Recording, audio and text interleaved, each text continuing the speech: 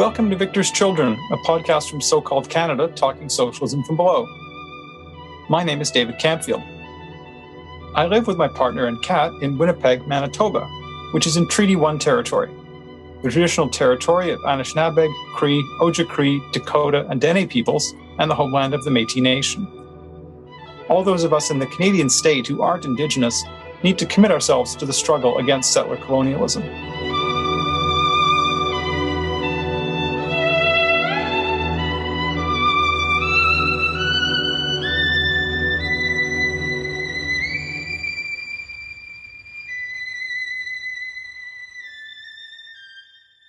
Barnaby Raine, welcome to Victor's Children. Could you briefly introduce yourself for the listeners?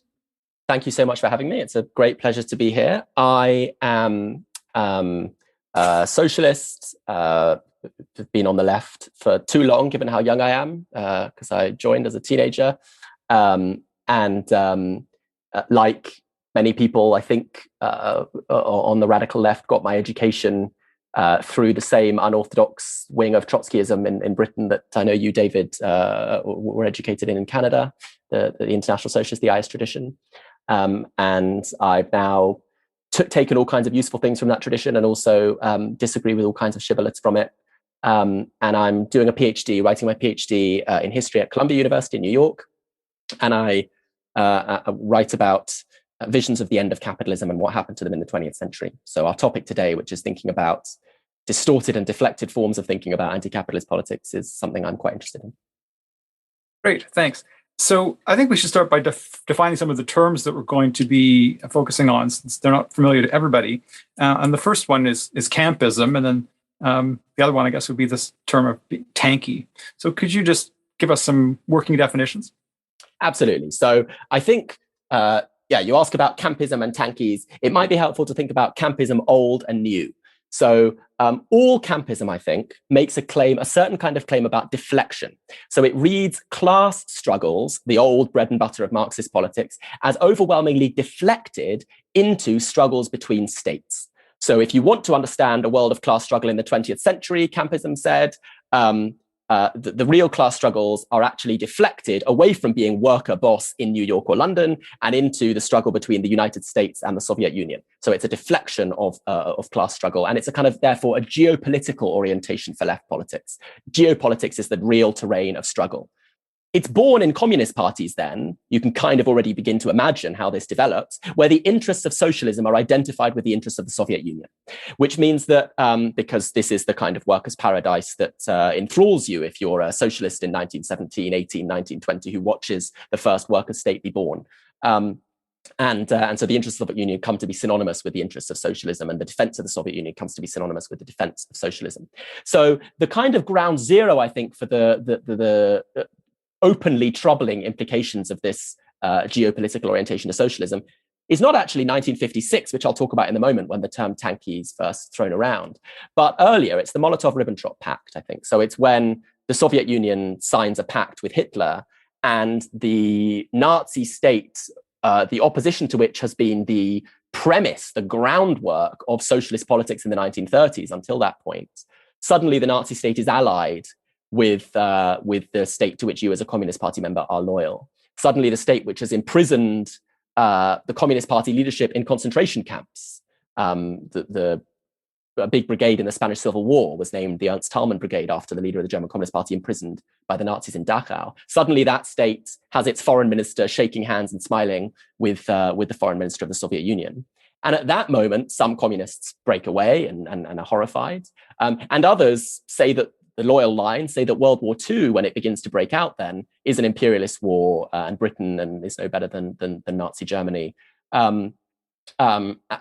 because the interests of the Soviet Union are the interests of world socialism. And so you begin to see there, in the ability even to endorse a pact with fascism, the beginnings of a campist logic of socialism really becoming apparent in its differences from a more traditional or you might think a simpler socialist orientation. And you can also begin to see how that kind of logic could be defended. Well, if the Soviet Union is absolutely fundamental to the survival of world socialism, then the defense of the Soviet Union against British imperialism, which has no interest in allying with it at this point and giving it time to rearm and fight against the Nazis, is fundamental to the defense of socialism. So that kind of logic We need to defend the Soviet Union, even if it's a bit ugly.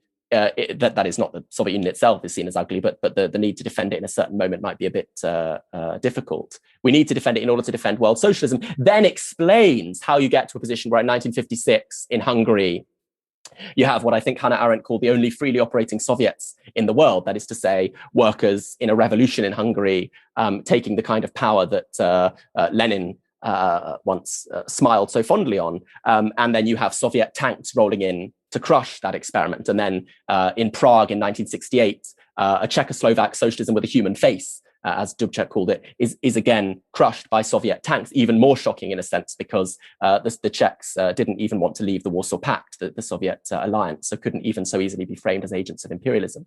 But you can see how an argument which gets called tanky by its detractors because it sides with the tanks that march in to Budapest and Prague begins to be formed in the firmament of that late 1930s anti-fascist moment, where the really shocking break, it seems to me, is the ability of people whose politics has been forged around anti-fascism to side with an alliance with the Nazis on the basis of a broader anti-imperialism, which says, well, you know, Britain's just as much an enemy, British imperialism's a global enemy, the real need is to defend the Soviet Union. That's an old-fashioned 20th century campism. Today, of course, the Soviet Union's gone. And sometimes the use of the term tanky now labels a kind of nostalgic, sentimental politics, which looks upon the Soviet Union as a gorgeous, wonderful thing, and often has a kind of kitsch aesthetic of wanting to decorate our rooms with old Soviet art. But sometimes it labels support for today's tanks, which claim to be the vanguard against global capitalism, and they might be the tanks of the Assad regime, or the re-education camps of the Chinese state in Xinjiang against the Uyghur people. These other massive bureaucratic behemoths, autocratic dictatorships, to which is ascribed some kind of anti-imperialist virtue. I think that this kind of campism, so that is to say, it's still a campism in the sense that it still thinks that class struggle is deflected onto struggles between different camps of states, is distinct from the old Communist Party love of the Soviet Union, because I think it's much more pessimistic. So I think it's not the form of a kind of starry-eyed faith in a distant paradise. People joining the Communist Party in the 30s who really believed that the Soviet Union was the only power that had weathered the Great Depression, that was building a kind of extraordinary new society. The 5-year plans were being completed in 4 years. It was really marvelous. Bukharin really was a traitor. No, I think this is a politics which is much more miserable, which says not always. There are a few people who will say Bashar al-Assad is marvelous and he's creating in Syria a gorgeous society, or Gaddafi did the same in Libya until the West got rid of him, and the Chinese states lifted more people out of poverty. This is to repeat lines from capitalist apologists, but they've lifted people out of poverty in this view because it's a socialist paradise. There are a few people who believe that, but lots of people, I think, on the Western left who are inclined to sympathy with these kinds of states are inclined to sympathy not because they think these states are building a majestic new paradise, but because they think there's nothing else. Because they think that in a world in which American imperialism seemed, in the language of the New World Order of the 1990s, to run hegemonic rampant across the earth with no antagonists, they search, these leftists, for some small crumbs of opportunity in the possibility of resisting the global tide of American dominance. And so I think of this as a kind of left Fukuyamaism. Francis Fukuyama famously talked about the end of history, and Slavoj Žižek has this mocking term about a left Fukuyamaism to describe the third way, these people like Blair and Clinton who accepted that end of history, and their socialism wasn't really about trying to end or transform capitalism at all. Well, I don't think people like Blair and Clinton, certainly after the first few years, deserve any kind of left label. The people who certainly are on the left, who understand themselves as being on the left, who are actively part of all kinds of left campaigns, and who've really accepted an end of history, are, I think, those people who don't think we can do any better than the defense of states like China, Syria, Cuba, sometimes even North Korea, as building blocks in a feeble global antagonist against the overwhelming dominance of American power. So this is a pessimistic campism, not an optimistic campism, which thinks there's a socialist camp which is gorgeous and glorious, but a pessimistic campism which thinks there is an anti-imperialist camp which at least will stop the advance of American hegemony all over the world. And both campisms, but I think quite distinct. And that's not to say there's a simple rupture. There were all kinds of pessimists in members of the Communist Party who didn't think the Soviet Union was a glorious place, but thought it was necessary to defend it. But I think broadly, there's been this kind of shift from a form of optimism to a form of pessimism in campus politics. I think that's very helpful. I'll just maybe say that while there are some people who would be happy with the term tanky and they use it to describe themselves, I think that's not really the case with campism, right? I'm not sure I've ever encountered anyone who was prepared to self-describe that way. Could you say something about how people tend to self-identify? I don't know. I mean, the term campism is certainly often used critically by those who come from the left tradition of the third camp, which in one slogan of the tradition I mentioned at the outset, the International Socialist tradition, the slogan was neither Washington nor Moscow. And a third camp was those struggling for freedom and socialism, whether they were trade unionists in America striking against the boss there, or whether they were trade unionists in solidarity in Poland striking against the Stalinist state. That was a kind of attempt. And it was very much an aspirational politics, an attempt to forge a third camp, which claimed a unity of the oppressed and exploited all over the world, which often was hard in practice to forge. I think then that I know some people, I mean, much of my experience, this comes from friends on the left who have this kind of politics and who I argue with that. I think there are people who wouldn't object to the term campist being applied to them. They really think there are two camps in world politics. But along the lines of this kind of pessimistic reading that I'm ascribing to them, I think they would claim to be the more pragmatic, more realistic of socialists. This is the kind of label that Zizek's left Fukuyamaists, the Third Way, the Blairites, the Clintonites adopted for themselves. We're the pragmatic realists who accept the truth of global market dominance and don't really believe anymore in this starry-eyed stuff about socialist transformation. Well, here are the people who really claim still to be part of the left, who really do want to enact a wave of mass nationalizations in Western countries, really do want to jack up taxes against the wealthy. But they get to claim that they're the pragmatic realists because they are aligned not to some distant hope of a revolution that's never succeeded. Can you name a country where socialism's ever succeeded? Say the right with sneers. Well, they can name lots of nations that they regard as at least worthy of support, if not ideal. So I think they would tend to use a language of having claimed from the right and from liberals the sober-eyed realism that the right and liberals think doesn't belong to a naive, stargazing left. They would use language about themselves like pragmatic and realistic and sensible left. Right. You've obviously said a number of things that are, I think, quite perceptibly critical of this kind of politics. Do you want to say any more about your political critique of these positions? Yeah, I think the critique, for me, requires a critique of social democracy too, because it is a question of recovering a 19th century tradition that perhaps reached its apex with the Paris Commune, which Lenin and the Bolsheviks were so excited by. One of the difficulties of understanding a text like Lenin's State and Revolution is the degree to which the Bolsheviks were part, not of the 20th century world that people thought they were creating, but of this 19th century world in which the left was a project of freedom and popular power, and capital was understood as a form of domination. Indeed, capital and the state were understood as intertwined forms of domination.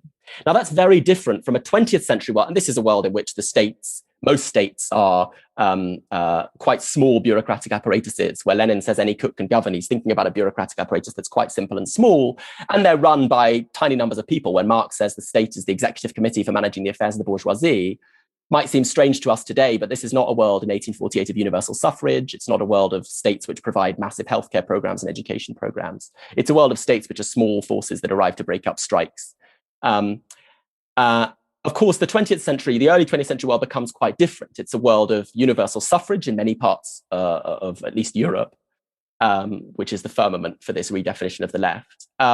And so the state increasingly becomes, and importantly, the national state, increasingly becomes the instrument to use in the management and the supersession of capitalism, which is identified now with something called the economy. And that whole language of the economy isn't a language that exists in the 19th century. It's not a term that Marx ever uses, for example, with the definite article.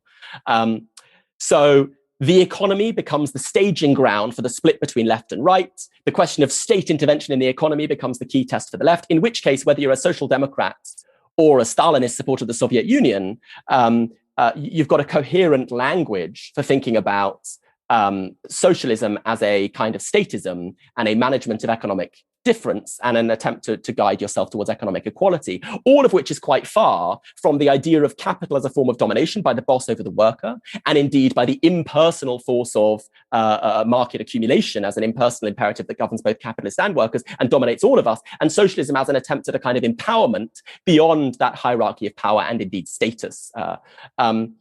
That I hope people can see as a different kind of politics than a socialist politics premised on freedom and power and the abolition of status hierarchies, as I see it. The development for Marx of a genuine individuality of the kind which is held back by our conscription into different parts of the division of labor. This is very different from a socialism of state management, which doesn't have perhaps such lofty aspirations at the flourishing of our free individuality, or if it keeps them, reserves them for a very distant future. But in the immediate future, wants to give us bread and give us schools and hospitals, which especially in the years of the Great Depression, for example, in the miserable 1930s, seems like a pretty urgent promise, and a promise which socialists claim to deliver and capitalists can't.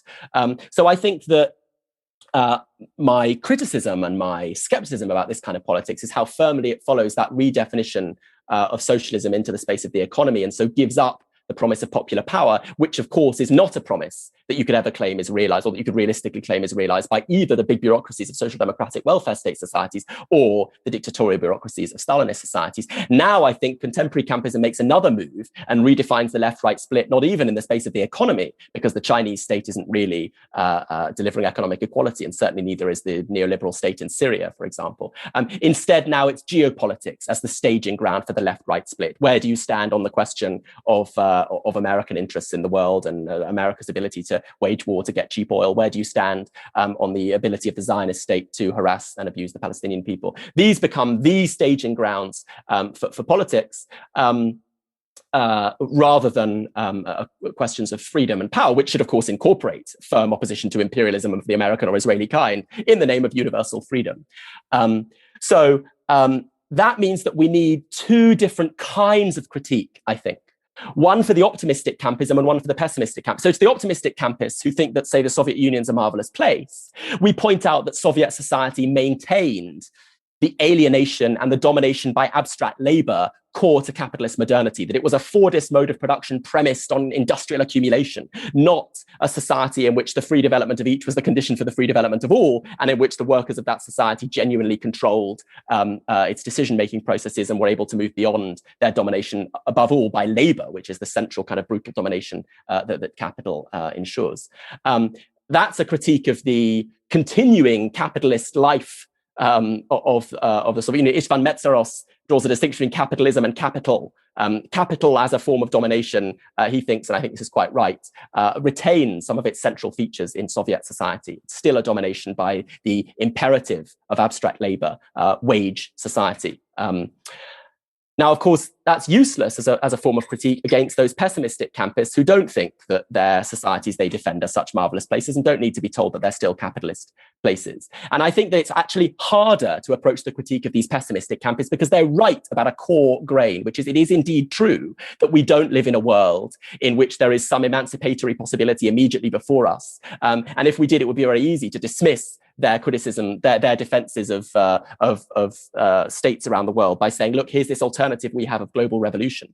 We should acknowledge the grain of truth that they're seizing on, which I think explains, and we'll talk more about this, some of their resurgence today, that their pessimism is grounded in a reality, which is the difficulty of conceiving bigger historical transformations. But of course, it's a circular kind of paranoia, which says there is no politics possible but the defense of my state. And so therefore, any politics that does develop, like when revolution breaks out in Syria, can only be read through the categories of either the defense of my state or the imperialist opposition to my state. So when young people in Syria scrawl on a wall graffiti saying people demand the downfall of the regime and are tortured in prisons, they're just imperialist agents. When workers in Cuba are concerned about a year of economic brutality caused both by the imperialist American blockade and by the collapse of tourism revenues because of COVID, and by mismanagement by a bureaucratic elite that lives a more luxurious life than ordinary Cubans, they can only be imperialist agents. It's a circular argument which insists on the truth of the condition that it begins by quite reasonably diagnosing, which is a kind of lack of emancipatory alternatives. And so therefore crushes any ability to see emancipatory alternatives when even in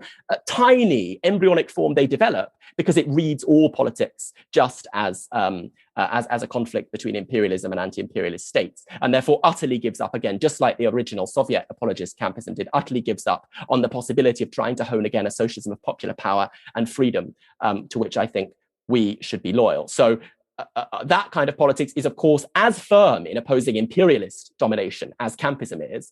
We oppose imperialist domination because it's a form of power and subjugation which violates the promise of freedom to which socialists are loyal. So we oppose, for example, the American blockade on Cuba that I mentioned. But we don't oppose it in the name of defending the states that these imperialists oppose, but in the name of supporting a politics of human freedom against, above all, imperialist power, but also against those perverted and deflected forms of supposedly socialist politics, which are bureaucratic states. Thanks. I think you've done that critique really brilliantly. I think it's very clear for listeners. So I want to move now to talk a little bit about the growth of campus politics, or the strengthening of campus politics on the left, because I think in these politics were very strong in a certain form until the fall of the Stalinist states in Eastern Europe and the collapse of the USSR at the end of the 1980s, early 1990s. Those events really dealt a serious blow to Stalinism, and campism, I think, generally declined. But we've, I think, seen a growth of their influence on the left, at least in relative terms. I've heard it argued by some people in the US that these politics are not relatively stronger. They're only stronger in absolute terms because the entire left has grown. But I'm not persuaded by that. Certainly in the Canadian state, I think this kind of politics has become relatively stronger on the left. So what's your assessment in terms of the relative strength of these politics on the left? I think you're absolutely right that it's not simply an absolute question. I think that ask yourself the question of what the left common sense is. When I was politicized in the late sort of 2000s, the end of the first decade of the 2000s, one of the central things that socialists still had to do in order to get any kind of hearing with anyone was to reassure people that our politics wasn't the politics of the Soviet Union. That was still the episode, not just the collapse of the Soviet Union, not just 1989, but the life of the Soviet Union, the miserable life of the Soviet Union, indisputable to people by the 1970s and 80s. In the 1930s, lots of people who were not apologists of the Soviet Union nonetheless thought it was a society that had, as I said, successfully weathered the Great Depression, unlike capitalist societies, and was marching forward in terms of productivity. And even people believed perhaps the sort of laughable 1936 Soviet constitution, which claimed to offer all kinds of democratic freedoms to people. In the 1950s and even early 1960s, there was concern in America that the Soviet Union would overtake America. But by the 1970s and 80s, it was very clear that the Soviet Union was a kind of weight around the neck of lots of Western socialists. Of course, for lots of anti-colonial struggles, it was still a crucial ally, and much of the problem of the transition out of apartheid in South Africa was caused by the defeat of the Soviet Union and therefore the lack of available allies for the ANC. And that was one of the reasons that they were pushed into a position of all kinds of concessions. The same might be true, you could argue, for Palestinians in a similar period of concessions around Oslo. So I don't want to do down the importance of Soviet alliances still for people all over the world. But certainly for Western European, the kinds of context in which you and I are from, communist parties had recognized by the 1970s that alliance with the Soviet Union was more a millstone around their neck than it was a point of pride, as it might have seemed in the 1930s, or in, say, 1945, when there was a wave of sympathy for Stalin understandably after the heroic sacrifice of the Soviet people against fascism. So showing that you were an anti-Soviet leftist was key to getting a hearing. And so in Britain, the Socialist Workers' Party, that current of Trotskyism, which wasn't just Trotskyist, Trotsky, of course, murdered by Stalin and the most erudite left critic of Stalinism, but was an unorthodox Trotskyist organization because its criticism of Stalinism was much more trenchant and much more extreme, you might say, than Trotsky himself, an orthodox Trotskyist, that denied that there was any workers' power or socialist content in Eastern European and Soviet societies. It called them capitalist societies, and therefore read the fall of the Berlin Wall with some joy, some delight, much to the horror of the rest of the left. Later said it wasn't a step forward or a step backward, but a step sideways, I think. But this was a current that grew in the 1990s in Britain, where other left currents didn't, I think in part because it wasn't corrupted by affiliation and association with the Soviet Union. I think we're clearly in a different place now. That is to say, where the publication of that current socialist worker published critical things about the Cuban states the other week amid protests in Cuba. Much of the left on Twitter, on social media, and people I spoke to anecdotally, there was kind of horror and shock and confusion that you had a left group criticizing the Cuban state. Now, there's always been a lot of sympathy and support for the Cuban state amid the kind of heroic David and Goliath story of Cuba's persistence against the American blockade. But I think that there has been a shift away from a need to differentiate yourself as a leftist from support for campist kinds of politics, and towards instead much more sympathy with campist kinds of politics for reasons that I'm interested in exploring. You'll note that I just talked about Twitter and my anecdotal conversations. This kind of thing is hard to measure.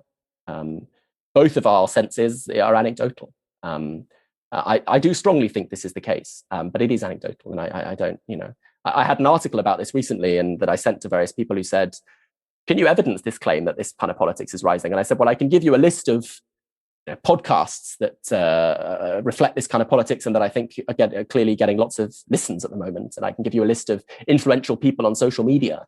It's hard to have much more of a sense than that. But, if you go and hang out on the left and talk to people, I think the kinds of politics you hear are different now than they were 10 years ago. Yeah, certainly that's my sense of things in Canada. Absolutely. So let's dig a little deeper, though. And that's the question of why this kind of politics has become stronger. And you've alluded to this before, but can you say some more about the growth of this politics and its attraction to people in the moment that we're living? With pleasure. So I think the first thing to understand is I think of this as something affective. So that is to say, it's about emotion, it's about style. It's not just all about the content of its claims. So this is something which is often missed by critics on the left who want to have old-fashioned kinds of arguments about how bad Stalin really was. I think there is a parallel to something like Trumpism here. There was one of the things that liberals like to be terrified about in the years of Trump in America was the possibility of the emergence of a serious Trump. People focused on the Congressman Josh Hawley and people like that. Oh dear, what if there was a Trump who emerged who wasn't such a joke figure, who was really serious about his fascism? And I always found this strange because I thought that part of Trump's appeal was that he was a joke figure. That is to say, he broke taboos.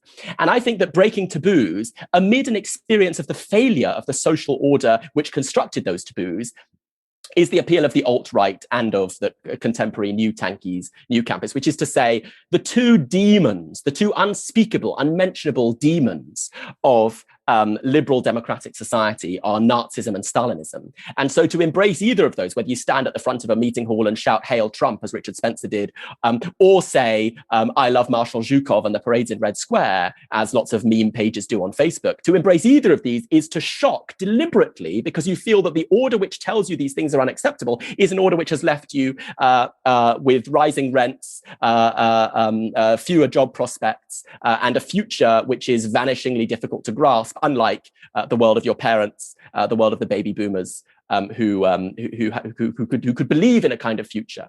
So it's a turn back to idealize the most provocative possible past in the face of the increasing inaccessibility of faith in the future, which liberal democracy claims to be giving you. So I think that's a key condition for understanding it. And if you don't understand its affect as central to it, I think you won't understand some of the rise of this kind of politics on the left, where it takes a more deliberately provocative form. And then more basically, I think it's an escape from a kind of twin condition on the left, which is firstly, hegemony's certainty that nothing else is possible. That Fukuyama's claim that people are trying to run away from while still believing it. I don't blame them. It's very difficult not to, that we've reached the end of history.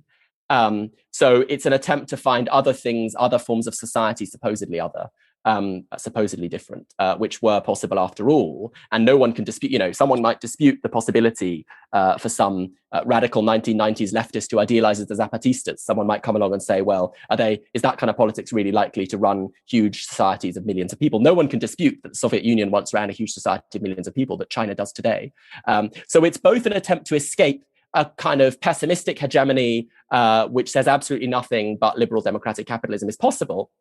And it's also, at the same time, I think, crucially, an attempt to escape the vampire castle, what Mark Fisher famously called the vampire castle, as a form of radical politics amid that hegemonic condition, which would retreat into safe spaces in an unsafe world. and would come with a kind of suffocating moralism and a masochism, which sees radical politics as a matter of tiny groups of people checking the privilege of their friends and neighbors. This is to voice the scathing way of talking about that politics, which I think contemporary campism would adopt, which is to say, actually, we want to feel powerful again.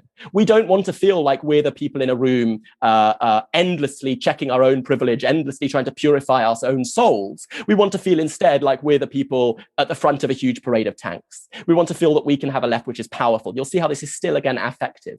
I think it's a desire for power, a desire to feel important, a desire to feel that something might be possible beyond the stultifying tiny worlds of kind of pessimistic identity politics.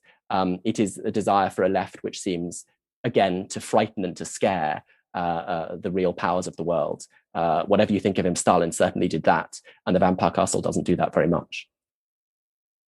Now, what you said about the emotional appeal of these politics brings up, in my mind, the question of what those of us who stand for a very different emancipatory politics, would take from that.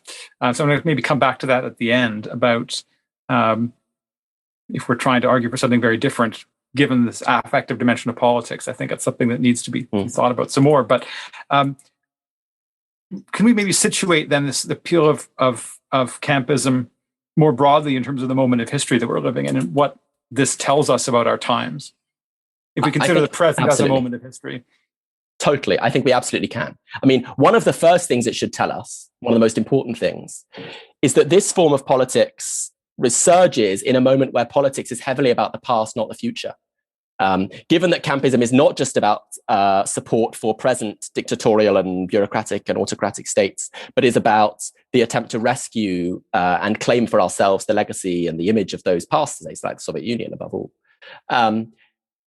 This tells us that we're in a moment, unlike the 1980s and the 1990s, in which liberals and the right had a politics of the future and the left wanted to as well.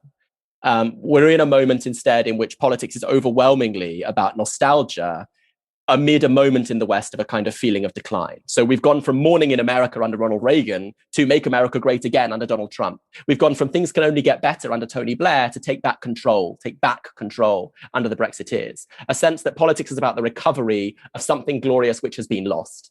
And that sense is felt on the right. There was once an imperial world, or there was once a proud American world, or whatever it is that we've lost, and we've become peripheralized and marginalized. And we used to rule the world, and now we're taking orders from someone else. It's felt on the left too, on the sort of social democratic left. A huge outpouring of excitement in Britain about the Ken Loach film, The Spirit of 45, which constructs an image of a post-war world now lost to us, which was glorious, supposedly. And so I think that contemporary campism, with its nostalgia for Soviet societies, is one form of left politics that emerges in a moment where politics is overwhelmingly geared towards the past, in the absence of a kind of hope about the future.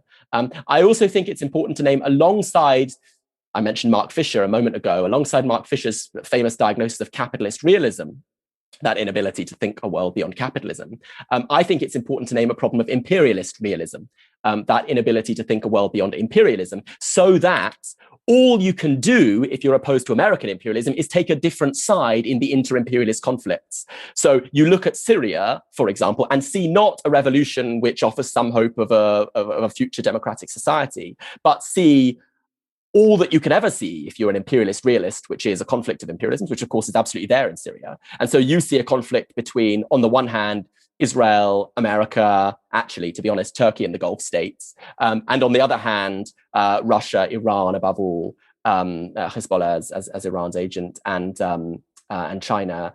And so you can only take a side in that conflict, and then it's clear as a leftist on that kind of logic that you can't possibly take the side. Of course, you can't take the side of the major imperialist powers of the world that do the most violent damage in the world. So it's a problem of imperialist realism alongside a problem of capitalist realism, which speaks, and this is why it interests me in my academic work, to a condition of the end of history.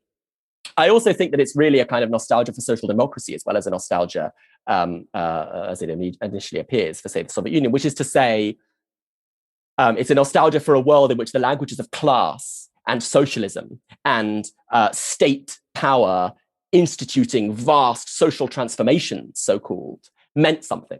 It's a nostalgia for a post-war world in which state power, speaking a language of socialism, was a reality. And that, I think, is not just a nostalgia from these campists for Stalin. I think it's also a nostalgia for welfare state societies. And in summoning the memory of the Soviet heyday of the 1950s and 60s, of the 5-year plans, they're also summoning the memory of a welfarist world, a Fordist Keynesian world as well. I think it's sort of a nostalgia for that. And it's trying to claim the mantle of a hard-headed realism from liberals. It's refusing to be the stargazing kids, as I was saying earlier. It's kind of outdoing the right for cynicism. And so gleefully claiming the terrain that the right thought was theirs. You think you're the real cynics. I'm the one who will defend millions of deaths. I'm the real cynic. I understand millions of deaths are necessary for my kind of politics, while still finding an outlet for those undead desires, scorned as infantile, to break all the rules and to believe that everything could be different. And so I think contemporary campism iterates this tension between an extreme kind of pessimism and a desperation to feel a certain kind of optimism, to just allow yourself to believe in something, and to give doubt a rest for a moment, to give cynicism a rest for a moment, and believe that there might be a better world out there somewhere. And it's in inhabiting this space of tension between a pessimism that I think is pretty well grounded and a desperation for faith with which I have a great deal of sympathy, that I think of campism not just as something with which I disagree and against which I want to wag my finger, but also have quite a lot of sympathy for the kinds of impulses that lead people there. So then this brings us to the question of, for all those of us who actually remain committed to a truly emancipatory politics and who recognize that we are not living in 1917, we're not living in 1968, or 1980, or we are living in 2021, in this particular historical moment that you've very evocatively just described in a number of different dimensions. What in this moment, what might the kind of politics that are needed actually look like? A very, very different kind of politics. I mean, depending on what language we might want to use, depending on our traditions. Sometimes people still find it valuable to use the term socialism from below. I still find it, that term is, I think, quite useful, provided one understands it in a kind of a broad way rather than as a reference to a particularly narrow, defined tradition. But whatever we call it, this kind of emancipatory socialism grounded in to human freedom and truly democratic popular power as the road to the transition towards that society of freedom. What might those politics today look like? Well, it means seizing on emancipatory openings where they exist. So one thing that I often think about in my academic research on histories of thinking about the end of capitalism is how struck I am by the continued life of a politics of anti-capitalism as empowerment, as the abolition of hierarchies of status that code us into different social positions, and the attempt instead to live out an individuality freed of the humiliations of power and status, and the subjugation by the division of labor, subjugation by the compulsions of abstract labor at all. I'm struck by the survival of that kind of politics in all kinds of places where people strive for a life of freedom, beyond just the most obvious traditional left avenues. And it's some of those places that I always want to pick up. So if you see Marx as being about this, as being about the recovery of an individuality not defined against the collective, as in liberal individuality, Marx says, the liberal view of freedom makes everyone see in everyone else the limit rather than the realization of their freedom.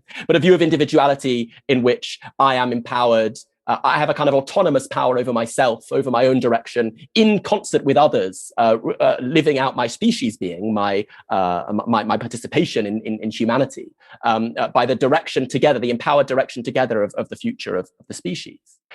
You see that kind of politics, not perhaps carry, and you see it very much in Lenin's view of the Soviets, the core of Bolshevik. Lenin once wrote that the central tenet of Bolshevism is getting involved in politics, those most oppressed and previously least involved. Not a demand for economic equality. That's not Lenin's core in Bolshevism, but a politics of empowerment. Of course, you can trace the early career of the Soviet Union, even under Lenin, as the tragic lack of the manifestation of that initial dream. But if you see that dream of popular power as central to how Marx understands his politics, how Lenin in the revolutionary moment at least understands his politics. You see it not much continued by bureaucratic Stalinist communist parties, not much continued by social democrats, some of whom continue even to speak about Marx. The Labour Party in Britain in 1945 reproduced the Communist Manifesto. But you certainly see it continued in a lot of feminist politics. You certainly see it continued in a lot of anti-colonial liberation struggles, which are all about power. And the reassertion of popular power, and what Frantz Fanon called, like the early Marx, disalienation, right? That is to say, getting rid of the alienation of power to others and to impersonal market forces. You certainly see it in a lot of black power politics in that 1968, long 1968 moment. You certainly see it in a lot of gay liberation politics and broader queer and sexual liberation politics. So you can find that red thread if you get rid of the economism which came to invade the left, not in the sense of not thinking that struggles we now call economic struggles matter, or not in the sense of not thinking they're absolutely central, but in the sense of not thinking that that's what defines the core of the Marxist tradition. If you understand instead the core of, well, I don't want to talk about the Marxist tradition because that can mean so many different things. It was many different traditions. But if you understand some of the emancipatory core of Marx, and of the people that we admire from the 19th and early 20th centuries as being about recovering popular power and the abolition of status hierarchies, then, for example, you don't face this moment, this confusing moment of neoliberal uncertainty and the massive return of state intervention amid the pandemic. You don't face that moment by saying this is socialism because there's lots of state power. You're instead concerned. Sometimes you might even be saying similar things to right-wing libertarians, though probably not for very long. But you're concerned about massive state power. You might sometimes think it's absolutely necessary. But this is not an anarchism. But I think that core is important. And it means today finding hope in, for example, the language of abolition, which I read as a kind of transitional demand in Trotsky's classic sense, which is to say, it's a basic thing. You want to live without the police harassing you, but actually realizing that apparently basic demand would require a much bigger transformation in social relations so that you could have a kind of society which didn't require a police force than might immediately be obvious. And that's what Trotsky means by a transitional demand. So it's a politics that targets the politics of abolition of police and prisons and borders, and most radically the value form itself, right? Targets oppressive experiences and wants to get rid of them. While we should also be attentive to the some of the sad novelties of a language of abolition, which, unlike a language of revolution, which names a subject and an agent, abolition can only name an enemy. And unlike a language of transition, which is aware of complexity, abolition can only name an enemy to be kind of stripped away, much like the anarchist model of politics, just get rid of a state. So being aware of some of the problems of these contemporary languages while still seeing emancipatory openings in them. The recent wave of solidarity with Palestine was premised, I think, on a sense that people should live free from arbitrary power, subjugation, and domination. It was weird to me that some socialists, economistic socialists, didn't see as core to their anti-capitalism, therefore supporting Palestinian liberation. It's not just an optional add-on. It's a fact about your commitment to a world in which people live in freedom. So I don't have answers to how to materialize that as a mass politics today, precisely because I don't think we're living in 1916 or 1968. I think there was a huge transformation in the 1970s. I don't think everything just changed in 1989 with the fall of the Berlin Wall, which some people, I think, kind of assume. I think there was a huge set of transformations of the organization of world capitalism that had materialized by the 1980s, and that began to become visible amid the high point of the global left, really, in the 1970s. That from then on, there were a series of transformations in the class structure of most of our societies, and certainly in the global north, that made the identification of agents, of subjects, of constituencies for radical emancipatory anti-capitalist politics harder. And it also made the identification of the objects of their transformation harder. That is to say, it made both the identification of a proletariat, a class with nothing to lose but its chains, much more difficult, and the identification of a bourgeoisie, a class merely engaged in ownership and which could simply be expropriated, more difficult. So both sides of the class polarization, I think, became much more complicated. And so I think the identification of constituencies for radical politics became harder, and the identification of objects of their transformation became harder. So I don't have answers, but I think beginning with that emancipatory core is a good place to begin, while being aware that even that core has theoretical difficulties, which is to say the problem of power of the thin line between hierarchical power, the power that dominates us, and autonomous power, the power to control our own lives, is in fact a line not only thin but murky. That is to say, the turn to state command over economies was a turn undertaken in part out of well-intentioned desire to claim popular power over the social world. You know, we're going to run states and we're going to use them to redirect the social world. And of course, those states became instead forms of power over people and not just forms of power shared by people. So I think that the tradition of socialism from below, the much of the radical wing of Trotskyist and even some anarchists and left communists became enmeshed still in a logic of governmentality. That is to say, their only alternative to capitalism was a kind of constant agency, a constant acting on the world, which raises murky questions about how to maintain that as a constant form of autonomous power over ourselves and not the development of new bureaucratic structures of power over us. And also raises questions about whether the only alternative to capitalism is a world of constant agency and activity, whether we can have a socialism, as Oscar Wilde famously complained, that isn't just endless meetings. I want to be able to have an emancipatory world beyond hierarchies of status, in which people can be free without the only alternative to the impersonal power of markets being the constantly personal political power of human beings having to wake up every morning and redesign the world afresh as a kind of burden. I want that to exist as a glorious opportunity, but not to be a painfully bureaucratic burden. So I think these are genuine problems that we face for an emancipatory politics, but we do well to start by thinking about our politics not just as egalitarian, as you say, but as emancipatory, as all about freedom. Now, you mentioned earlier, and I think you really put your finger on something here, the importance of thinking about the emotional appeal of these politics that we've done, we talked about so much today. And I think this is important because there's sometimes, too often among people who reject campism and so on, an overly rationalistic understanding of how people are drawn to particular political orientations or ideologies. So then I guess the question is, for those of us committed to a very different kind of politics, what do we make of this question of the affect, of the emotional dimension here? And are there any implications that you could think about if we want to think about how we actually foster commitment to a different kind of politics in these very different and difficult times that we're living?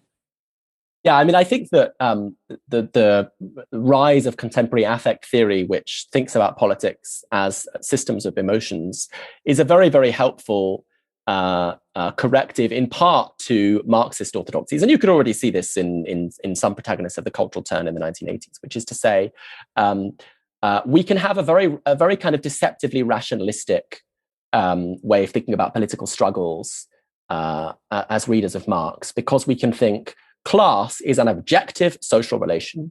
It doesn't matter how you feel. It doesn't matter how you think. You know, when I teach the early Marx on alienation, I have to tell people it doesn't matter if you love your job, you can still be alienated.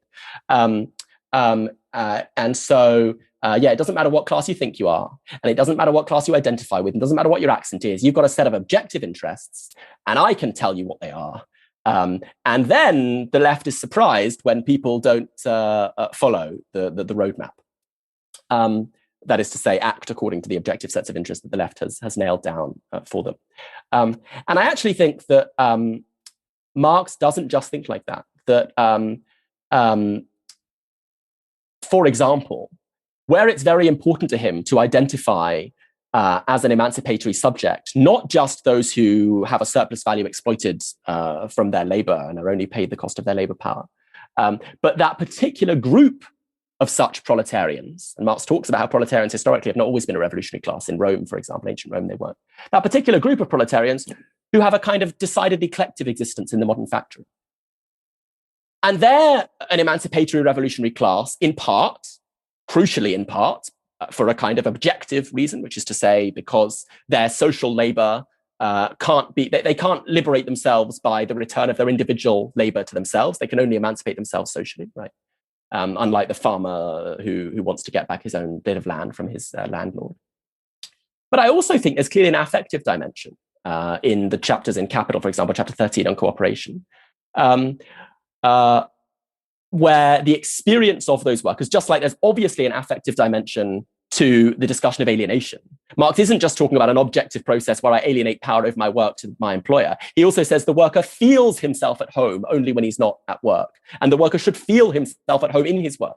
Labor should be life-affirming activity through which I activate my sense of belonging to human beings and to humanity and having a purpose in the world. Likewise, in the later Marx, in Capital, cooperation is a moment in which workers come to identify as a class through the process of interaction with capitalists, in which they're all interacting with capitalists as workers. So if that's gone, if we're telling people they're workers because of some objective map that we have about their interests that we can identify for them, with no sense of the feelings summoned by their experiences of the world, then we're not going to form a radical politics which is in any real sense, and this is the key word for Marx, immanent, that is to say, which emerges out of the everyday stuff of people's experiences.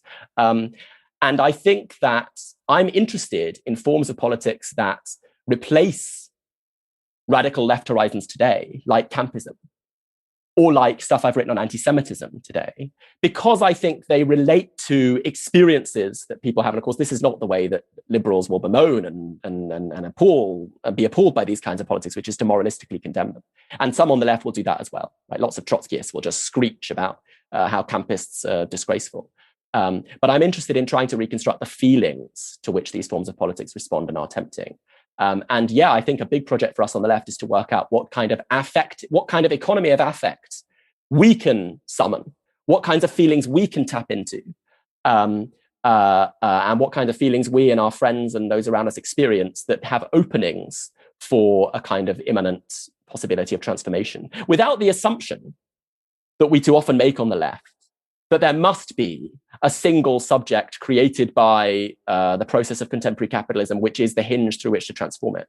Marx is very excited from the 1840s on by having identified such a subject. Lenin and the Bolsheviks, I think, then rework that more radically than is often appreciated. They say, scrap the slogan, workers of the world unite, and say workers and oppressed peoples of the world unite. And they have a sort of two-pronged coalition of workers and the colonized. So these are moments in history at which it really is possible to identify clear, cogent, coherent, emancipatory subjects whose immanent experience of capitalist society can supersede it.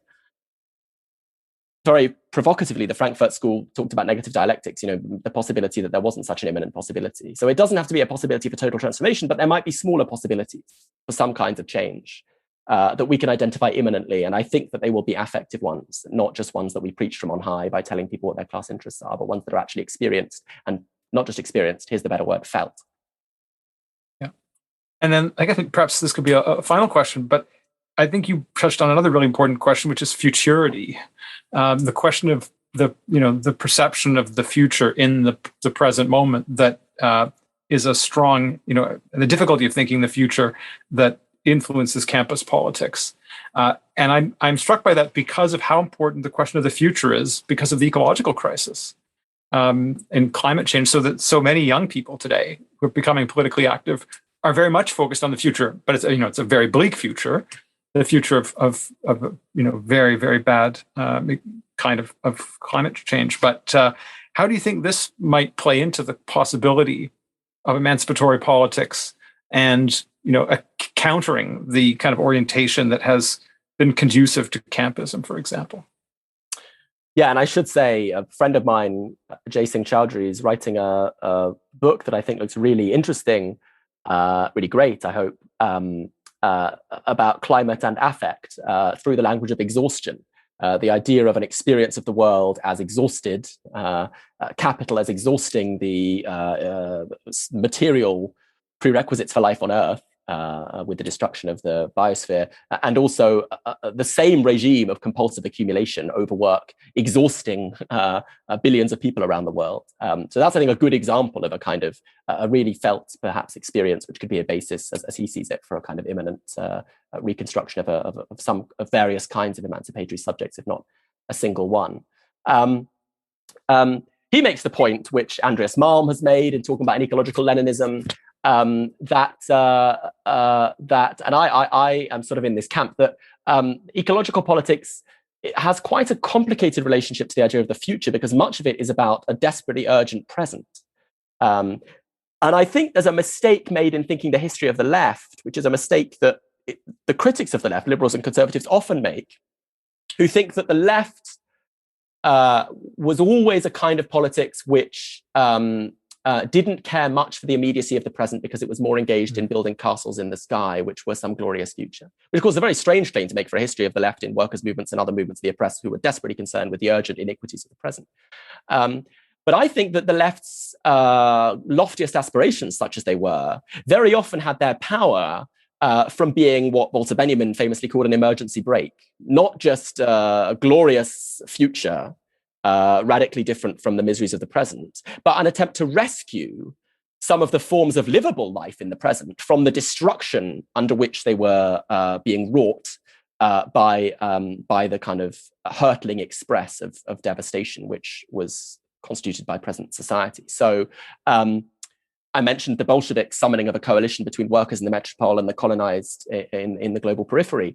I think for the Bolsheviks and for Rosa Luxemburg and for the whole left wing of European social democracy in the early years of the 20th century, their radicalism was a politics of urgency because they thought that imperialist catastrophe and slaughter and carnage was going to destroy the world. And so revolution was necessary as an emergency brake. And the more moderate forces, from Kautsky to Bernstein, were more optimistic about a kind of slow electoral path to socialism, which they thought was closed off by a temporality of catastrophe, not progress. I mean, that was the world of Lenin and Luxemburg.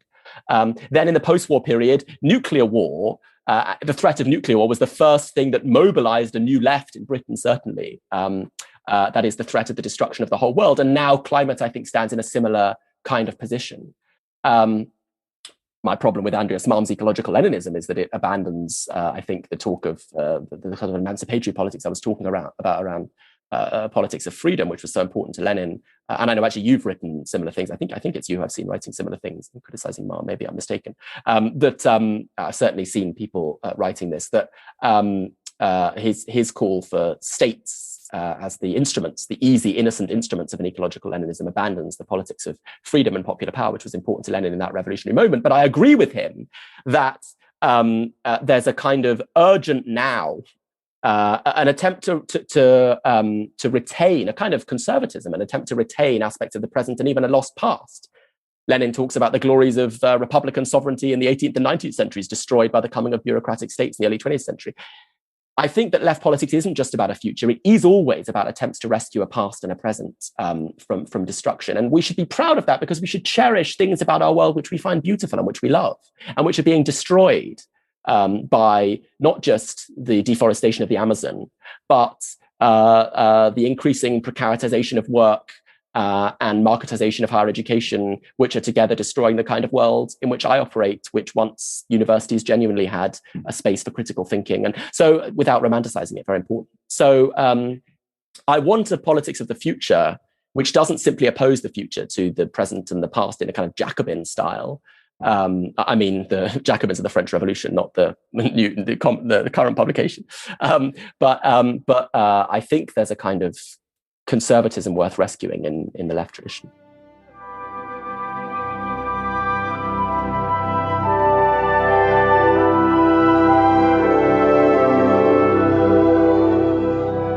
That's it for this episode of Victor's Children. I'd like to thank Jonathan Croker, the producer of Victor's Children, without whom the podcast wouldn't be possible. I'd also like to thank Posey Legg, who designed the graphic for Victor's Children. If you found the episode worth listening to, please do tell other people about the show, since word-of-mouth recommendations are especially helpful. If you don't subscribe through your preferred podcast app, please do. And while you're there, please give the show a high rating. It helps to promote us. If you have a suggestion for an episode or some other kind of constructive feedback, feel free to be in touch with me. You can contact me through victorschildren@gmail.com.